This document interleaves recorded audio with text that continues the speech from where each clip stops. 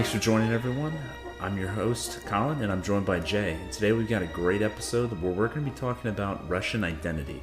The Russian identity is something that is really misunderstood in our modern day life. Most people that I talk to now, my contemporaries, and most of these are college educated folks that would consider them, you'd consider them pretty smart people, really only see the Russians as former Soviets, communists. Their history and their knowledge of the Russian identity only goes back 100 years at best. They still think of them as Joseph Stalin, communists, the enemy. And it's really a lot more...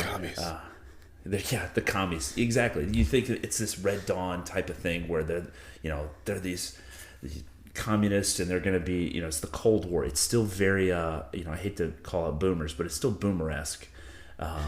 And it's really not that at all. It goes a lot further. Yeah, I know.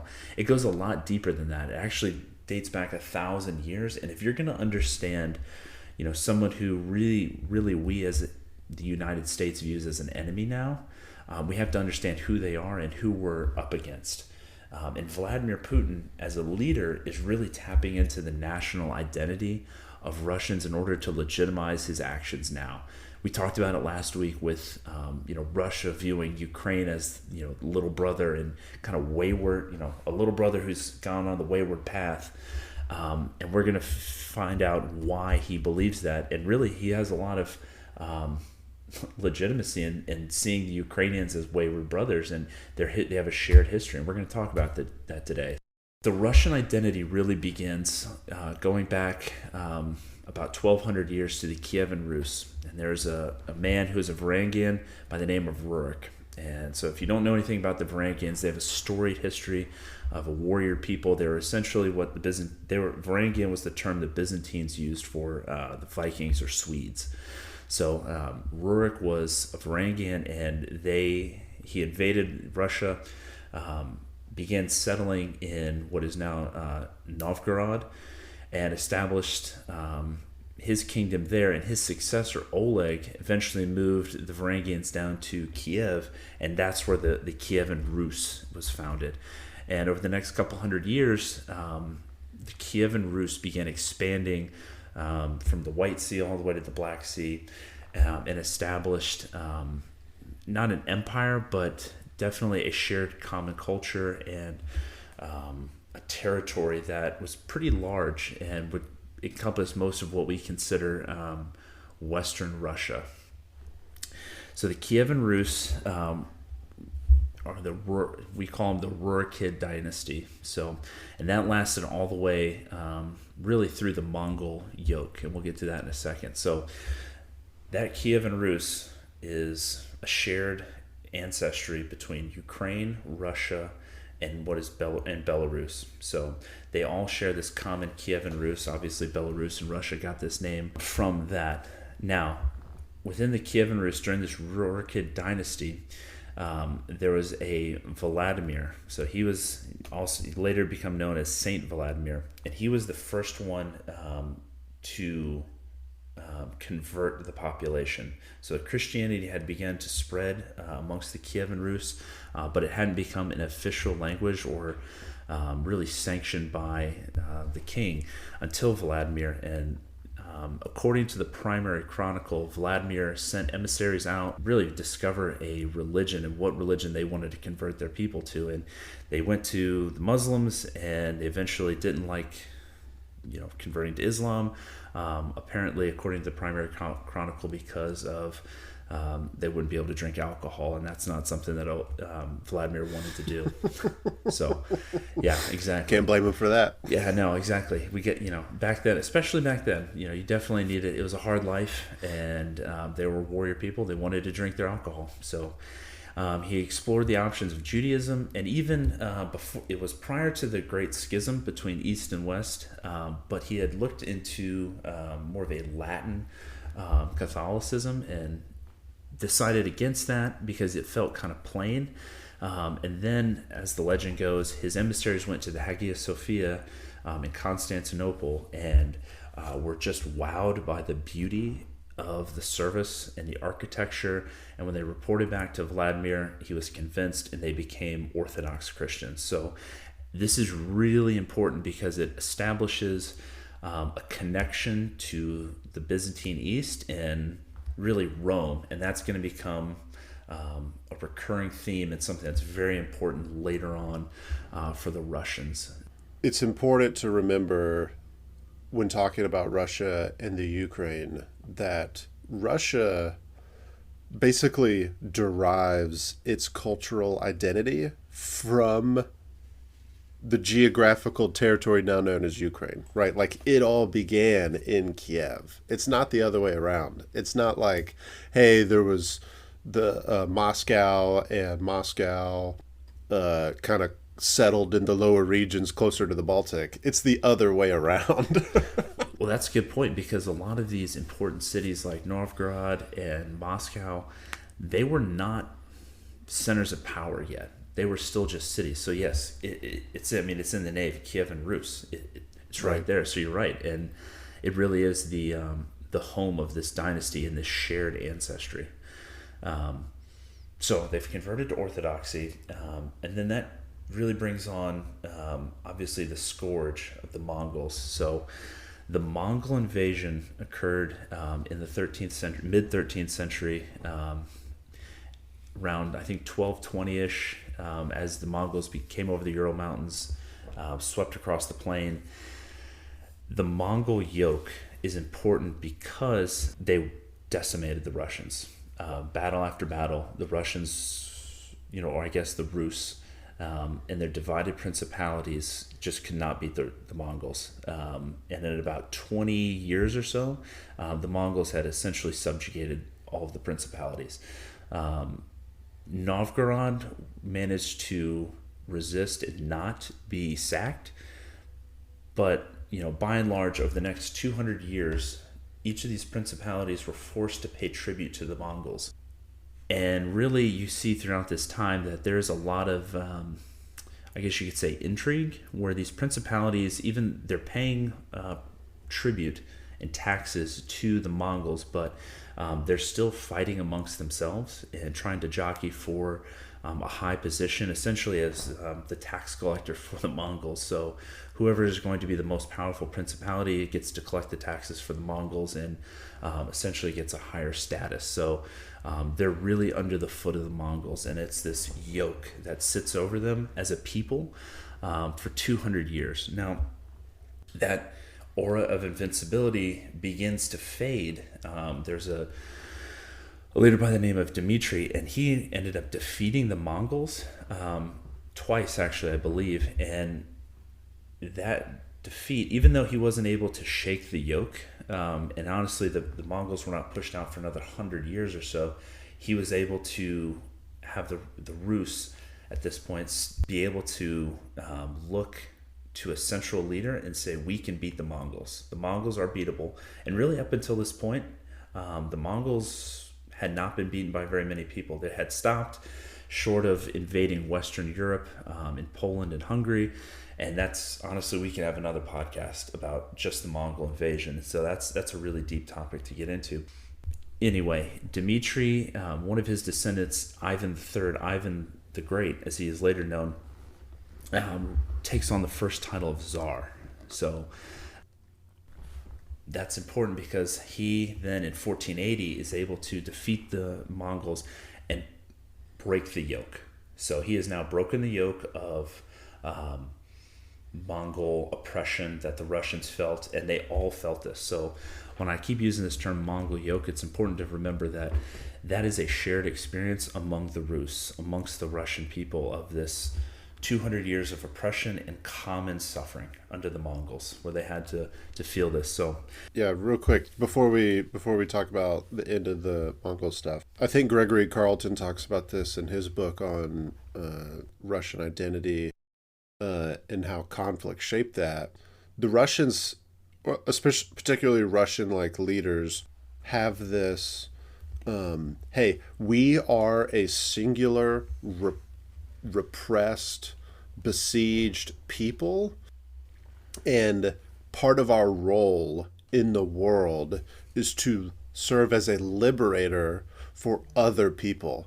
So that's like intra-Rus, right? Like, hey, the Muscovites kind of helped liberate all the other principalities. Hey, we saved Rus from the Mongols.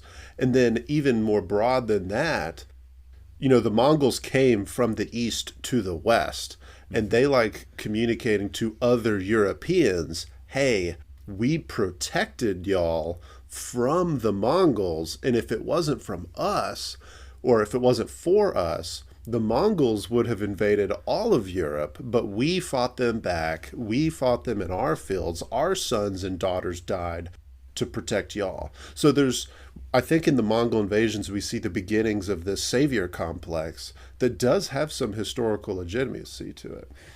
Well, and that's not going to be the last time that we see that same idea that they are the saviors. The Napoleonic invasions, World War II with the German invasion, obviously hearing about a Russian winter. It's a tough place to fight. Russians pride themselves in it, that it is a difficult place to invade, and they're a tough people that really are going to be able to fight them, eventually win out. It's really almost a battle of willpower. And I think that's what a lot of Russians have come to believe about themselves. Like you said, they have a very strong will that they can suffer for 200 years and eventually win out, despite being under the foot of the Mongols, which they were. The Mongols were no joke. They imposed heavy taxes, heavy tributes, and they were ruthless in warfare. So, no small task. Now, the Mongol yoke breaks. So then we move on to Ivan. And Ivan the Great does that. He's the first one that uses the term Tsar. It's not, Tsar of Russia, but you do see that term Tsar. It's not until Ivan the Terrible comes along that he becomes eventually the Tsar of Russia and takes on that mantle. And the reason that term Tsar is important, so Ivan the Great, Ivan the Third, Ivan the Great, he married a Byzantine princess. It's important to remember that connection, because that's another piece of the Russians believing that they have inherited, and they are defenders of Europe, defenders of Christendom, and they have this connection to Byzantine East and really Rome. So this idea, and Tsar is, it's basically Caesar.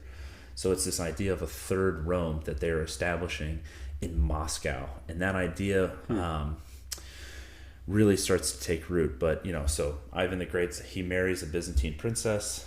She's related to the last emperor of Constantinople. And then Ivan the Terrible takes on that mantle of Tsar, and he begins to unite the principalities. So from Moscow, and this is where Moscow becomes the center of Russian power. So he begins to unite them, and Ivan the Terrible is really a complex figure, because he is both very intellectual, he's very devout, he's very logical initially. And then you see him in his later years become extremely irrational. He is a man of great cruelty and paranoia. So the first couple years of his rule, he is a reformer, but then his wife, who he suspects is poisoned, dies, and that just unleashes all the paranoia that he had built up from dealing with the boyars, who were essentially nobles, the Russian nobles at the time. All the paranoia he felt just unleashed, and he became Ivan the Terrible, because he began persecuting the boyars and basically confiscating lands, and became this real power grab. So he began to start confiscating those lands and absorbing all power up into him, and delegitimizing the aristocracy of Russia. Important to note, because Ivan the Terrible has become a more popular figure in recent history in Russia, where a lot of these, Putin and some of these other Russian leaders, even Stalin to an extent, would look back at Ivan the Terrible and say, he wasn't a bad leader, and they look to his example. As a matter of fact, I think the first statue of Ivan the Terrible was erected just a few years ago in Russia. So, yeah, exactly. See, that's super fascinating, because I could see them being like, hey, strong leadership requires harsh measures.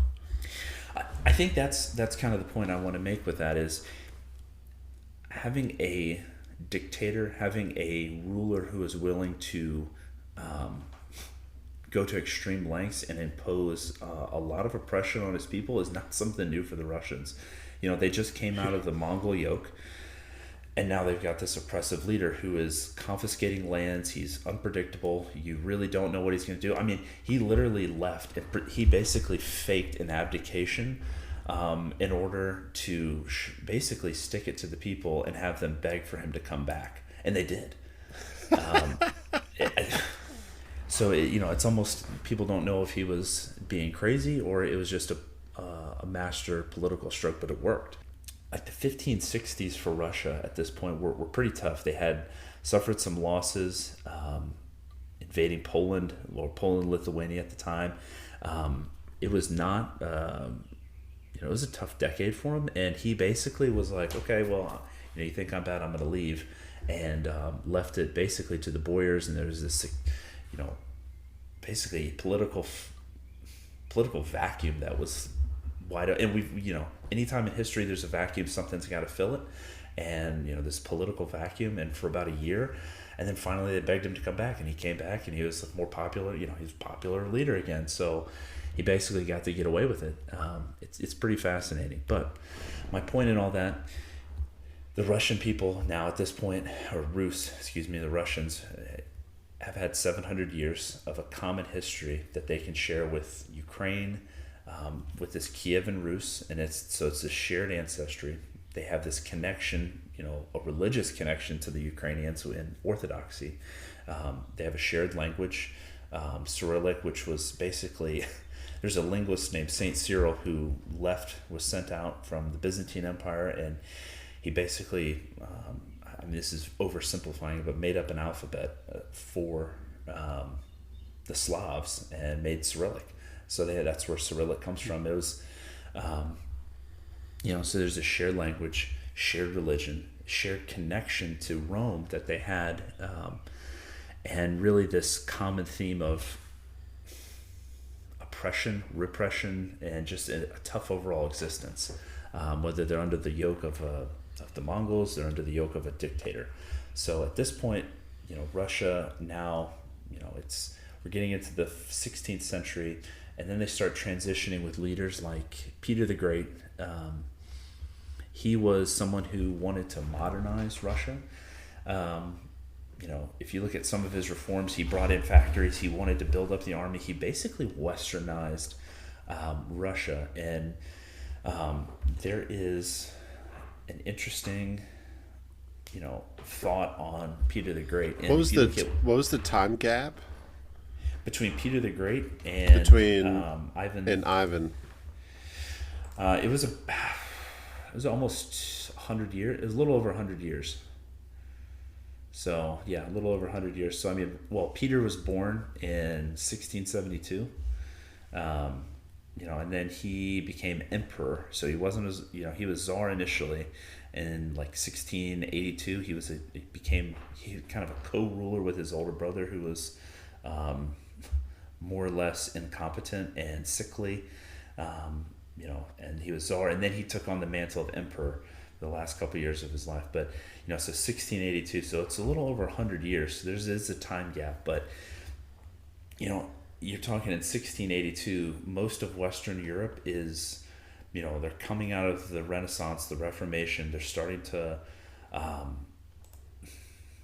can't say modernize, but they are going through a lot of political reforms, and they are... Peter understood how backward his country was relative to the rest of Europe. I think that's a good way to say it, yeah. Russia was behind the times. Peter knew it. He wanted to change it. And that, right. Looking back on it, there has been some controversy. And I was looking up the quote. Basically, you can look at the Soviets, and the way they viewed Peter the Great was that, okay, he did a lot of things to increase Russian power. He made Russia a legitimate power in Europe, respected, but he did it at the expense of Russian culture. He did it by making Russia France and England instead of making Russia Russia. And that's kind of in a very simplified form, thought. That's what he did. And so that's the controversy. Okay, well, he expanded Russia, and Russia began expanding, and then it really starts expanding both south and east. And then so actually with that southward expansion against the Turks, he starts retaking parts of what is now Ukraine. So like the Crimean Khanate, between Peter the Great and Catherine the Great, the Russians began moving just further southward. And initially they just started beating the Turks in several different wars, and they just started basically taking territory, annexing territory. The Crimea Khanate for a while was its own independent Khanate that basically paid tribute, and then the Russians annexed and they just took it over. Very similar to what they did in 2014. They just kind of annexed and said, well, this is that sounds familiar. Yeah, this is ours now. So this is Mother Russia now. But yeah, they retook a lot of this, what is now Ukraine. So starting with Peter and Catherine, they started retaking what is now Ukraine and building the Russian Empire. So there's, during this time, I think this is where you start to see the seeds of what would later become the Bolshevik Revolution in Russia, because there is this conflict between the Russian elite and aristocracy, who were many of them Prussian and not Russian. They liked the Western courts. They wanted to westernize. They wanted to be a European power. And then you see with the Russian people the disparity in lifestyle. It just grew. Peasants were basically in a hopeless existence. And again, we go back to the theme of living under repression, living under the boot, living just a tough existence that they had to, overcome and survive. And they just lived that for several hundred years. And, there's a Decembrist revolution that occurred with the Decembrists, basically seeing how the rest of Western Europe was living and how the peasants in Russia are living, and how really not even the peasants, but everybody outside of the ruling class was living and what they were getting. Right. And the Russians weren't doing it. And again, it goes back to, like you said earlier, the Russians are backward. They're behind the times. And some wanted to change. And so it's a conflict between what is Russian and what is Western. Obviously, we're covering like 1,000 years of history right here in a 30-minute podcast. So this could be a whole series. So we're obviously skipping very large events, but really the idea, again, is just to paint a picture of what the Russian people are. So, then we get to the Bolsheviks. The Bolshevik Revolution occurred. The Romanov family was assassinated. You had, white Russians versus red Russians. They utilized that class conflict that had been brewing for a long time, with the Decembrists. And really just they took this idea that for a long time the Russian people had been exploited. They have lived under the boot of the elite, of the aristocrats, and they wanted to, I don't want to use the term flip the script, but they said, okay, let's take the proletariat and let's put them in charge. They're going to the workers are going to control the means of production now. And that's why that messaging was able to resonate with the Russian people, because they were tired of it after, 400 or 500 years of living a tough existence. It really took root. And, the Russian Revolution, living underneath Stalin, especially in those early years of communism, I don't think Americans really realize how bad it was for the Russian people. And if you think about it, the Russians came out of World War One. They have the Russian Revolution. There's a civil war between red Russians, white Russians. Then there is obviously the Bolsheviks win. They take over.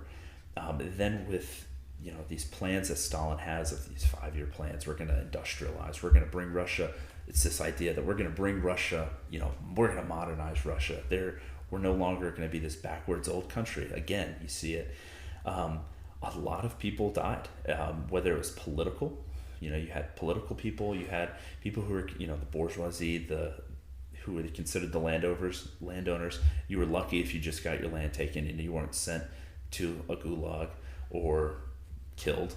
And then through this system that they created, there was mass starvation with the Holodomor, killing millions of Russians and Ukrainians, just in numbers that I don't really think that we as Americans really comprehend.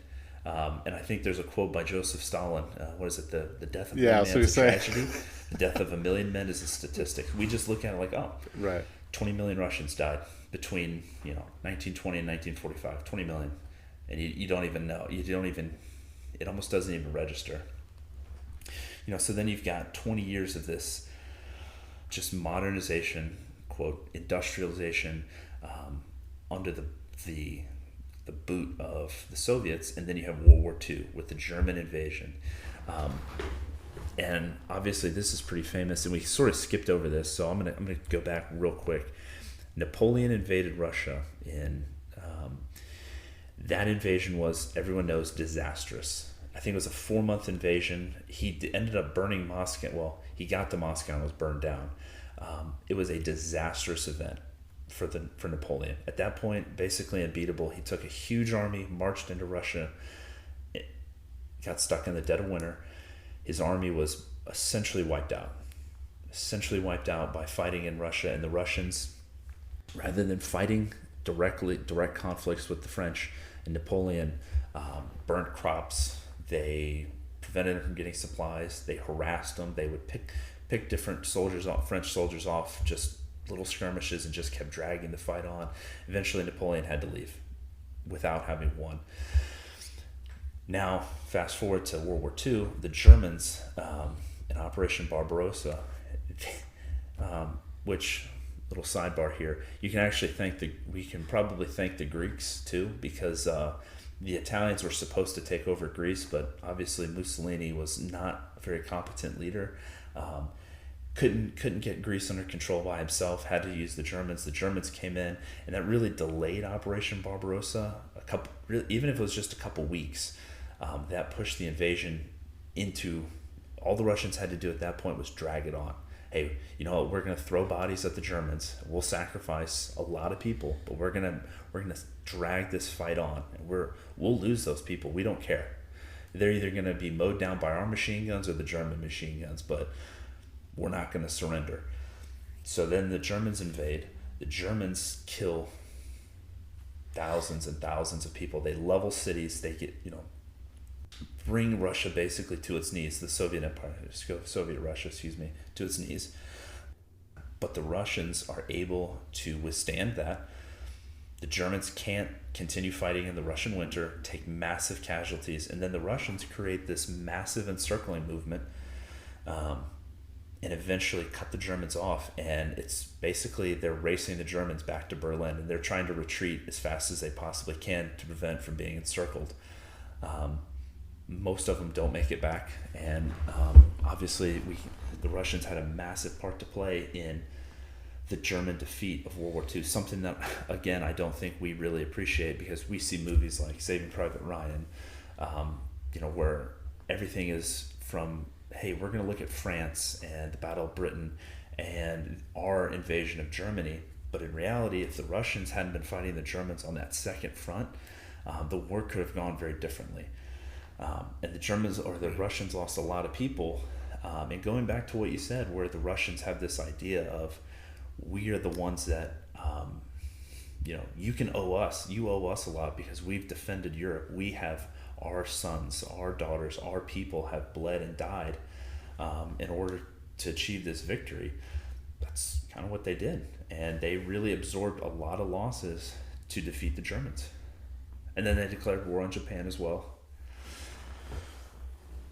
I'm glad we're kind of looking at the Napoleonic invasions in World War II kind of in parallel, because I forget where I read it, but Tolstoy was one of the first to frame Napoleon's invasion as a people's war, in that even at Bordeaux, where the Russians still lost, the the the main culminating battle of Napoleon's invasion, the Russians lost, but Napoleon lost the big picture,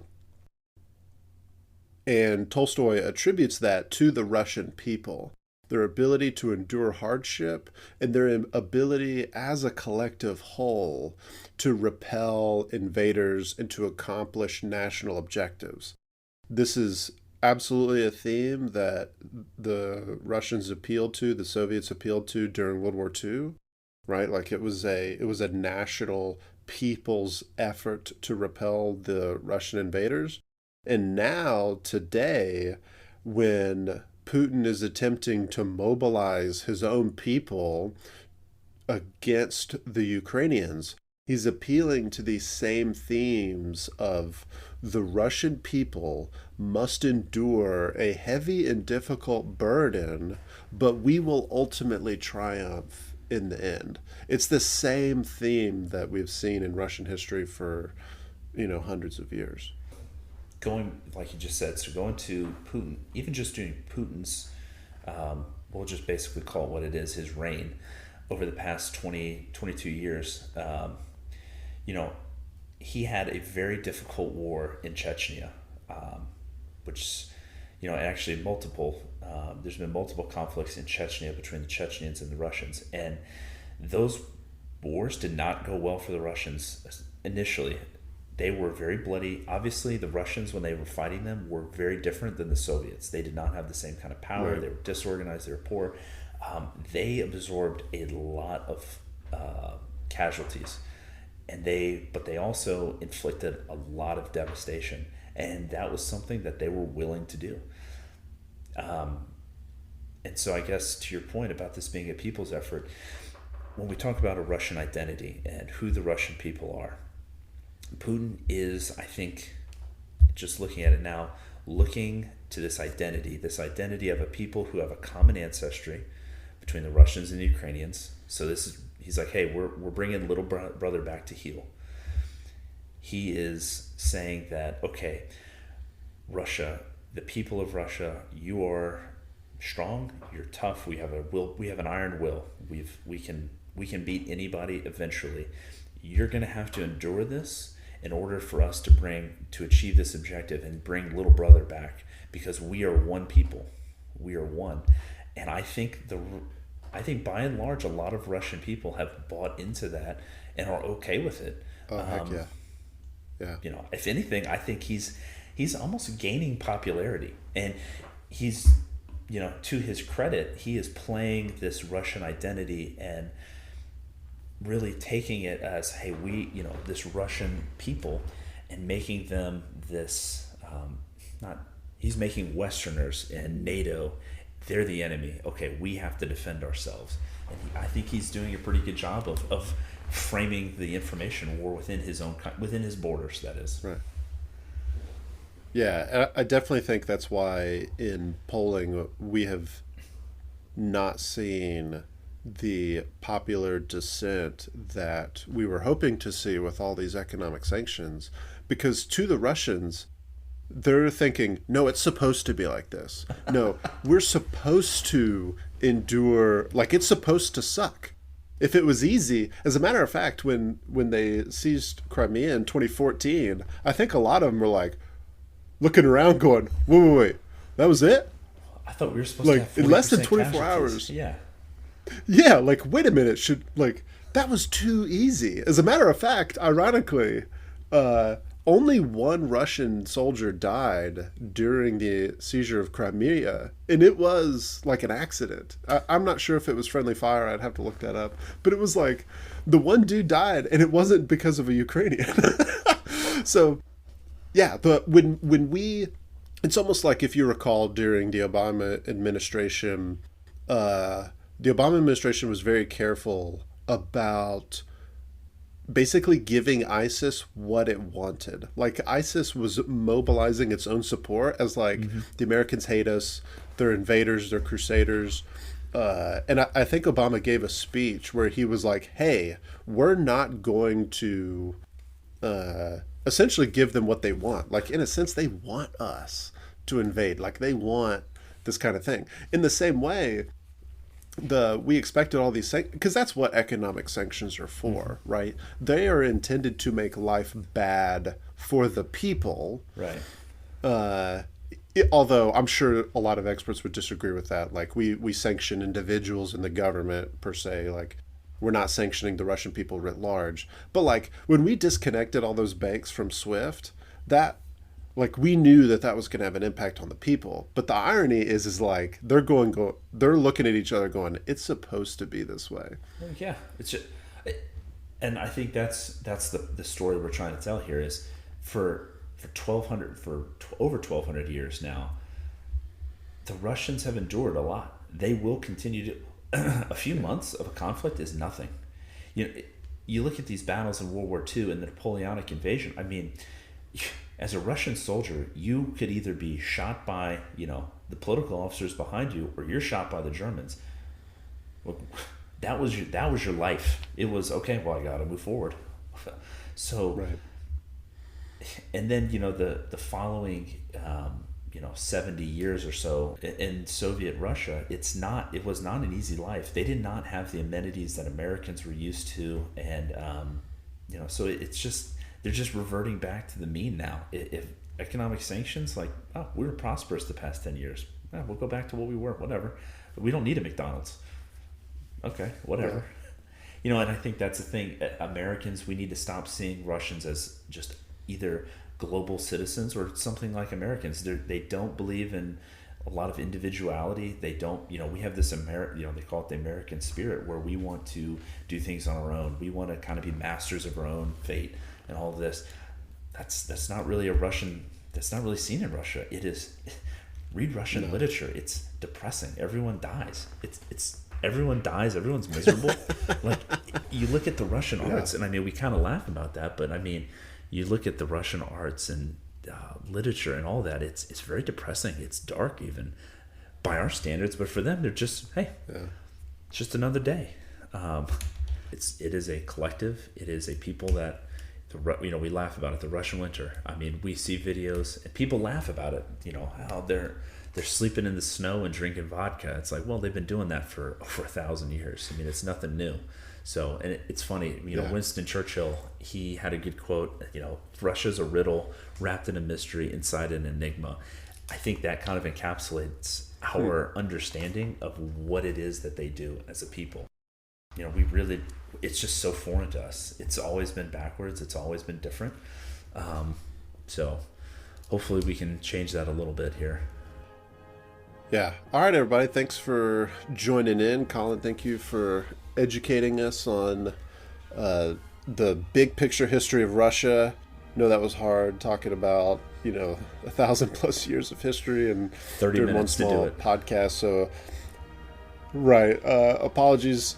To those of our listeners, please feel free to tell us what we missed out on, because we definitely missed out on a lot or didn't cover a lot. We will definitely upload some source material on the website for you to take a look at if you want to learn more. Yeah, no, if you want to see more, you can check the podcast notes or visit us on our website. For our next episode, we're going to be talking about answering the questions: are there any Nazis in the Ukraine? That seems to be one of the major justifications for Vladimir Putin's war in the Ukraine. So we're gonna dig into that, really peel back the onion on why the Russians have invaded the Ukraine, what are their justifications, and what is the historical context behind those claims. So with that, thanks for joining in, and we'll see you next week.